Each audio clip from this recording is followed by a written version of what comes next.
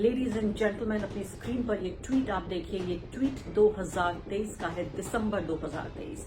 दिसंबर 2023 में मनोज नरवणे जी का ये ट्वीट अचानक किसी के हाथ लग गया। या मैं कहूंगी कि सच का अपना रास्ता होता है, वो अपना रास्ता कहीं ना कहीं से निकाल लेता है। और फिर मैं जो कह रही हूँ, जब वो कूचाओ बाजार में निकलता है तो फिर उसको दबाना नामुमकिन हो जाता है।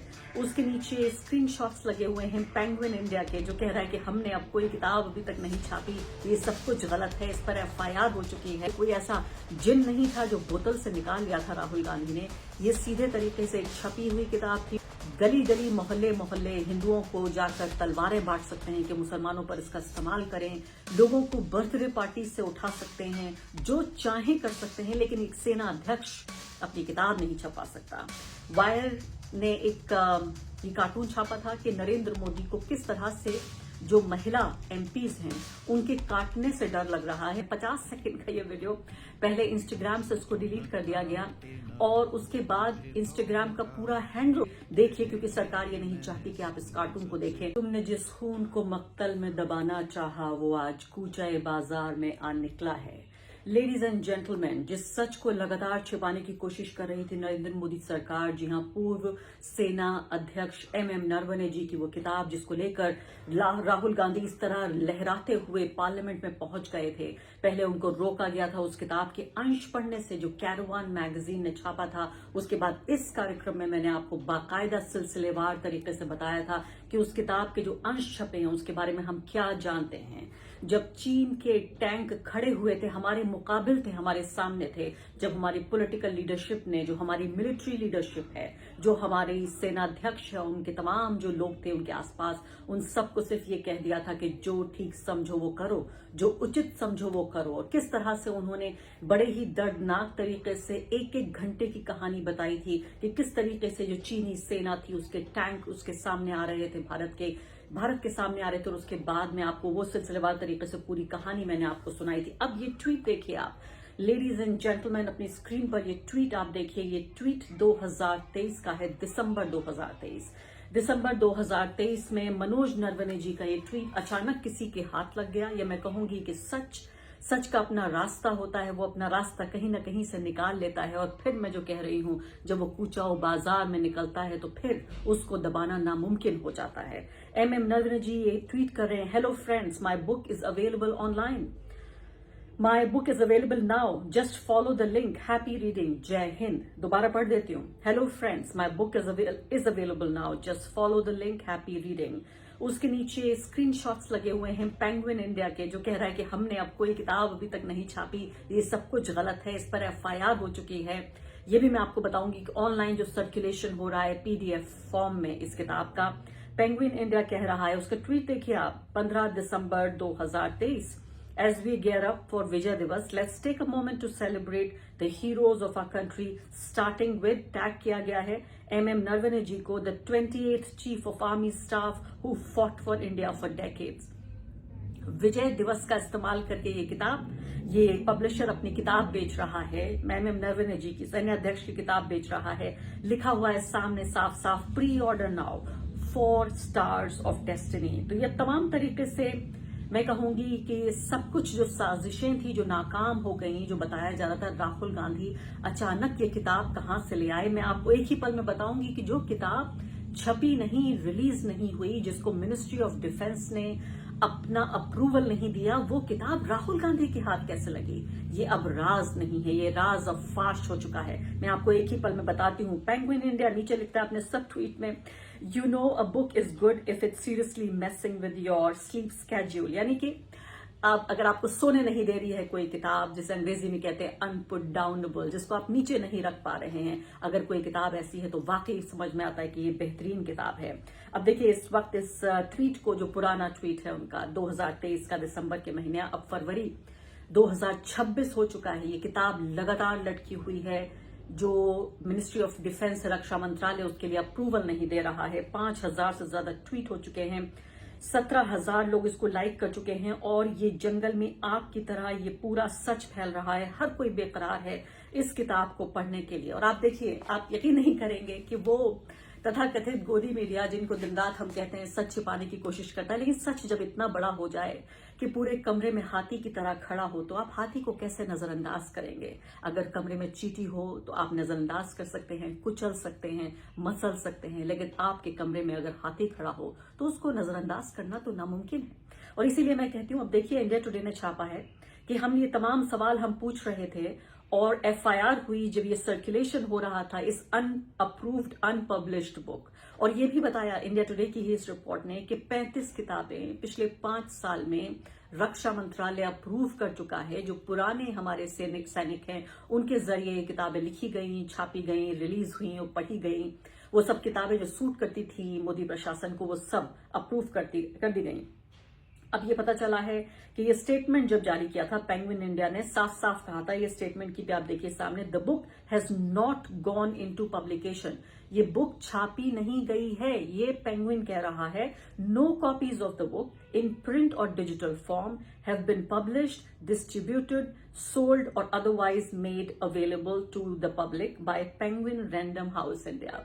न ये किताब वो कह रहे हैं किसी भी, ना तो प्रिंट फॉर्म में, ना डिजिटल फॉर्म में, ना पब्लिश की गई है, ना डिस्ट्रीब्यूट की गई है, ना बेची गई है किसी भी तरह से। बोथ प्री प्रिंट कॉपी भी, यानी प्री प्रिंट का मतलब होता है अगर अप्रूवल से पहले ये प्री प्रिंट कॉपी भी, और पब्लिकेशन के वाटरमार्क्स के बगैर भी किसी भी तरीके से ये नहीं छापी गई। अब इंडिया टुडे की रिपोर्ट क्या कहती है? इंडिया टुडे की रिपोर्ट कहती है कि बाकायदा उन्होंने उन किताब बेचने वाले स्टोर से, बुक स्टोर से बातचीत की जहां पर यह किताब आ चुकी थी, और किताब की मांग इस कदर थी कि बड़ी तादाद में लोगों ने प्री ऑर्डर किया था। फिर इस किताब पर जब सरकार की नजर गई तो फिर इस किताब को यानी कि किताब की दुकान पर पहुंचने के बाद इस किताब को वापस बुला लिया गया। तो दोनों के बारे में हो रहा है, जिन लोगों ने किताब खरीद कर पढ़ी और जिन लोगों ने ये बेची। बाकायदा कोट करते हुए बताता है ये आर्टिकल, कहता है 4 स्टार्स ऑफ डेस्टिनी का जिक्र हो रहा है। We took hundreds of pre orders for the book, our loyal customers do that, but a controversy happened and we had to return the books to the publisher. Hindi में अनुवाद करें तो हमारे पास सैकड़ों की तादाद में प्री ऑर्डर आए इस किताब के। हमारे जो लॉयल कस्टमर्स इन्होंने ऐसा किया, लेकिन जब विवाद हो गया तो हमें सारी किताबें वापस करनी पड़ी। तो आप समझिए कि कोई ऐसा जिन नहीं था जो बोतल से निकाल लिया था राहुल गांधी ने।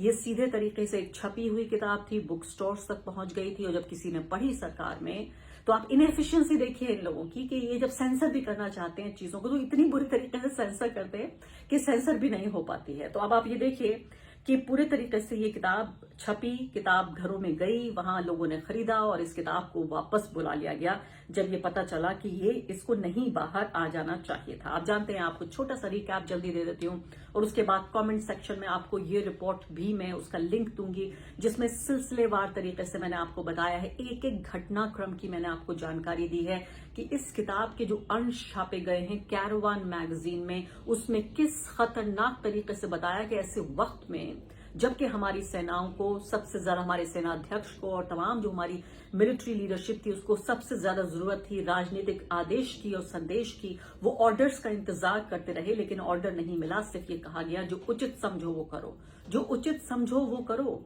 और बार बार किस तरह से एक एक मिनट का ब्यौरा देते हुए आर्मी चीफ ने, नरवणे साहब ने इस किताब को लिखा है। मैं सोचती हूँ कि बड़े बहादुर ये फौजी हैं। फौजी यूं ही बहादुर नहीं होते। सिर्फ मैं ये कहना चाहती हूँ, अभी जो रवीश कुमार ने कहा, ऐसा लगता है कि मेरी सोच को ही उन्होंने एक तरह से मेरी सोच की तर्जुमानी की, और मैं आपके सामने उस ट्वीट को यहां पर रखना चाहती हूँ। रवीश कुमार क्या कह रहे हैं नरवणे जी की इसी ट्वीट को कोट करते हुए, कह रहे हैं, ठीक है सर, अभी तक आई नहीं है ये किताब, आप तो सेनाध्यक्ष रहे हैं, कम से कम आपको एक प्रेस कॉन्फ्रेंस करनी चाहिए, बताना चाहिए कि क्या इस देश में एक सेनाध्यक्ष अपनी किताब नहीं छपवा सकता। जी हाँ, इस देश में एक सेना अध्यक्ष अपनी किताब नहीं छपवा सकता। बजरंग दल के गुंडे दुकान दुकान, घर घर जाके लोगों को परेशान कर सकते हैं, उनके दुकान के पोस्टर्स उतरवा सकते हैं, गली गली, मोहल्ले मोहल्ले हिंदुओं को जाकर तलवारें बांट सकते हैं कि मुसलमानों पर इसका इस्तेमाल करें, लोगों को बर्थडे पार्टी से उठा सकते हैं, जो चाहे कर सकते हैं, लेकिन एक सेना अध्यक्ष अपनी किताब नहीं छपा सकता। आगे कहते हैं रवीश, आपकी चुप्पी से भारतीय सेना से जुड़े करोड़ों लोगों का मनोबल कमजोर हो रहा है कि उनके सेनाध्यक्ष चुप हैं। इंस्टाग्राम पर वायर के एक कार्टून को 2 घंटे के लिए ब्लॉक किया गया तो सिद्धार्थ वदराजन ने तुरंत ट्वीट किया, आपका ये ट्वीट 15 दिसंबर 2023 का है, फरवरी 2026 आ गया, क्या आप अपनी किताब के बारे में नहीं बोल सकते? आपने जो लिखा है, जो वायरल है, क्या आप उससे इनकार करते हैं? जब प्रकाशक ने किताब छापी ही नहीं तो आपकी किताब पर ये कॉपीराइट का दावा कैसे कर सकते हैं? मैं कॉपीराइट के बारे में ज्यादा नहीं जानता, भारतीय सेना के पराक्रम को जरूर जानता हूं। तंज कर रहे हैं रवीश सिंह के ऊपर, उसके जनरल को बोलना चाहिए हम आपको सल्यूट करने के लिए तैयार हैं सर। जी हाँ, उनसे उम्मीद ये कर रही हूं, मैं भी, रवीश भी कर रहे हैं कि सेना अध्यक्ष सेना वाली बहादुरी जो उन्होंने पहले जंग लड़ते समय फिर किताब लिखते समय जो दिखाई, उसी बहादुरी की उम्मीद कर रहे हैं हम कि अब भी दिखाएंगे। आपको ये मैं दिखाना चाहती हूँ, ये बदकिस्मती से आपको ये वीडियो मैं दिखा नहीं सकती हूँ, लेकिन खुशकिस्मती से इसका एक जो लिंक है इस वीडियो का, ये कार्टून है। इस कार्टून को मैं जरूर अपने आप कमेंट सेक्शन में जाइए, मैं लिंक दूंगी। ये वायर का कार्टून है। वायर ने ये कार्टून छापा था कि नरेंद्र मोदी को किस तरह से जो महिला एमपीज हैं उनके काटने से डर लग रहा है। बिरला जी ऐसा कह रहे हैं कि महिला जो एमपी हैं वो इस तरह से घेराव करना चाहती थी कि नरेंद्र मोदी की जान को खतरा था। उनको पुख्ता इस बात की जानकारी मिली थी, इसलिए उन्होंने नरेंद्र मोदी जी को सदन में आने से मना कर दिया। और जो राष्ट्रपति का जो भाषण था बिना नरेंद्र मोदी की यानी बिना प्रधानमंत्री की स्पीच के वो खत्म हुआ, उनकी स्पीच नहीं हुई। और उसके बाद एक टीडीपी के सांसद ने कहा कि हाँ, जो विपक्ष की महिलाएं थी उनके पास हथियार तो नहीं थे लेकिन उनके पास दांत तो थे, अगर वो प्रधानमंत्री को काट लेती तो क्या होता। उसी पर ये वीडियो बनाया, कार्टून बनाया एनिमेशन की फॉर्म में। 50 सेकंड का ये वीडियो पहले इंस्टाग्राम से उसको डिलीट कर दिया गया और उसके बाद इंस्टाग्राम का पूरा हैंडल जिस पर कि करीब 13 लाख से ज्यादा फॉलोअर्स हैं द वायर के, उसको डिलीट कर दिया कई घंटे के लिए। फिर वो वापस आ गया, लेकिन ये वीडियो, ये एनिमेशन वापस नहीं आया। ये देखिए अपनी स्क्रीन पर, कोई मुझको न काटे न पड़े मुझको दौरा, कोई मुझको न काटे न पड़े मुझे दौरा, ये कह के मैं संसद से दौड़ा, मैं दुम दबा के उठा के दौड़ा।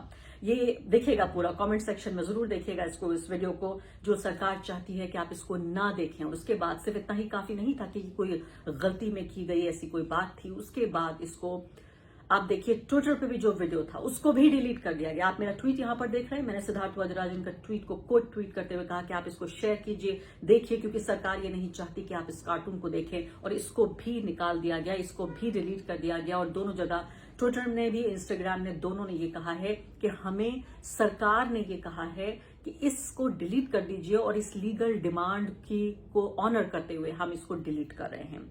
आप देखिए सेंसरशिप का वो बदतरीन माहौल हमारे देश में चल रहा है, जहां एक न्यूज ऑर्गेनाइजेशन एक एनिमेशन ट्वीट नहीं कर सकता, एनिमेशन नहीं छाप सकता और एक सेनाध्यक्ष अपनी किताब नहीं छपा सकते।